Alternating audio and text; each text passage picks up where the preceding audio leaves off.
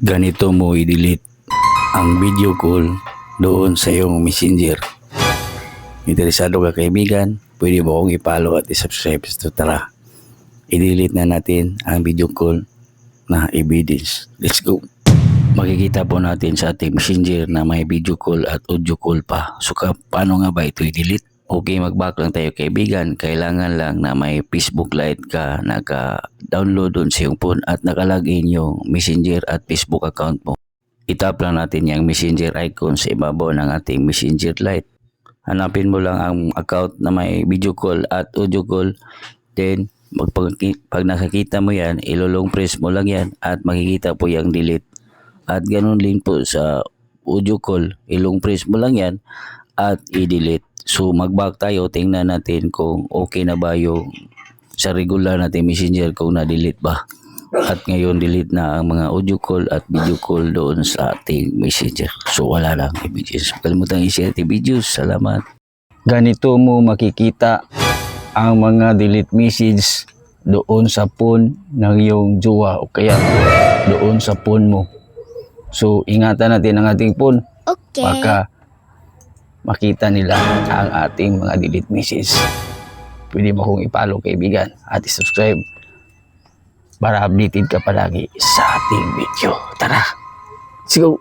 Hawakan mo lang ang phone ng iyong jowa o kaya phone mo. Okay, halimbawa magde-delete lang tayo ng text. Puntahan natin ang settings ng phone at i-open lang natin at i-search natin sa ibabaw ang notification history at kung nakita natin, itatap lang natin. So makikita lahat natin ang notification. Kaya nga lang hindi natin ma-open ang delete messages kasi nga delete na ito. At malalaman pa rin natin na delete ang notification messages. Huwag kalimutan i-share the video. Salamat.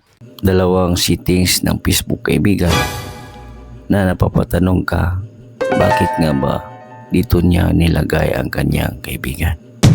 Interesado ka kaibigan, pwede mo akong i-follow at subscribe. So tara, let's go! Open ang Facebook account. Tap itong 3 lines. Tap ang gear icon settings. Scroll up. Tap blocking. At dito ka mapapatanong bakit nga ba nilagay dito ang mga friend niya na binablock. So magback ka lang.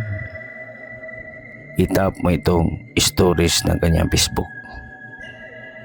I-tap mo itong storage muted at mapapatanong ka bakit kaya na-mute ang kaibigan na to doon sa kanyang storage. So ganoon lang kaibigan na malaman bakit tayo magtanong nagawa niya ito. Kalimutan share the videos. Salamat. Ganito ang yung gawin kaibigan para mag-chat ka na hindi tumutunog na ma-receive niya. So napakaganda nito kaibigan, hindi ka talaga malaman na nag-chat. Interesado ka kaibigan, pwede mo kong i-follow at i-subscribe sa Tara, let's go. Hanapin mo lang ang iyong ka-chat kaibigan at subukan mong mag-chat. At para ma-receive niya na walang tunog at para hindi niya malaman, ay lagyan mo lang ng ganito. At piliin mo lang itong silent. Sinisit natin makarating ang chat doon sa kanyang messenger na walang tunog at iwas hassle. Hindi ka talaga malaman. Huwag kalimutan i-share ng video. Salamat. Alam mo at alam ko na may madami tayong pinapanood na mga videos noong 2025 sa ating Facebook. Kaya naglag ang ating Facebook account. Sa dami nating kapapanood ng mga fireworks ba o mga ibang mga video games sa Facebook. So tuturuan kita kung paano ibalik sa smooth ang iyong Facebook at hindi na ito mag-lag.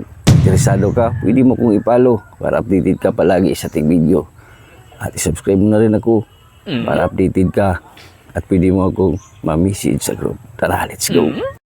Okay, puntahan mo lang ang iyong Facebook timeline with profile and cover. So ito yun. I-tap mo lang itong 3 dots. Tap mo lang itong activity log. Then tap mo itong search lane. At i-type mo dyan ang video. So ito yung mga napanood natin noong 2025. Ito yung sanhi ng pagkalag. Itap mo lang itong clear video watch story. Then itap mo itong clear. So processing na po ang pag-clear ng mga video na tinatanaw natin noong 2025 kasi nga ang daming ang tinatanaw natin ng mga fireworks, mga pa-games o ano pa dyan. So ganun lang, huwag kalimutan i-share ating videos. Salamat. Bakit madaling maubos ang baterya ng ating cellphone gayong hindi naman natin ito ginagamit? So ito yung dahilan at ito yung solusyon para hindi madaling malubat ang ating phone. I-follow at subscribe mo na rin ako para updated ka palagi sa ating video. Let's go. Open ang settings ng phone. Scroll up. Tap Google. Tap All Service. Tap Devices. So ito yung dahilan kasi nga kahit hindi natin ginagamit ang ating phone, nag-i-scan po ito ng mga apps. So madali talagang malubat, paubos ang ating baterya ng ating cellphone kahit hindi ginagamit. So itagil off mo lang. So sa ganyang paraan kaibigan, hindi madaling malubat ang iyong cellphone kahit hindi ginagamit. Huwag kalimutang i-share ating videos. Salamat. Ganito mo makikita ang mga ina-unfriend sa Facebook o kaya mga dinilit, mga niremove na friend sa Facebook. So kung mahawakan mo ang phone ng iyong jowa at ma-open mo ang kanyang Facebook account, makikita mo rin ang kanyang mga ina-unfriend. Interesado ka kaibigan, pwede mo kong i-follow at i-subscribe. So tara, let's go. Open mo lang ang Facebook account. Itap itong 3 lines. Tap itong gear icon settings. Scroll up. Itap mo itong activity log. Itap itong personal information, itong arrow sa gilid. Scroll up. Itap itong connection, itong arrow sa gilid. Itap mo itong friends, itong arrow sa gilid. At dito mo mahanap ang mga ni-remove na friend. Your friends, remove. Your friends, remove friends, receive friends, o kaya send friend request. At pwede rin see more. So makikita po dyan ang na-block po sa ating Facebook account. So ganun lang, kung mahawakan mo ang kanyang Facebook account, makikita mo rin ito. Huwag kalimutang i-share ating video. Salamat.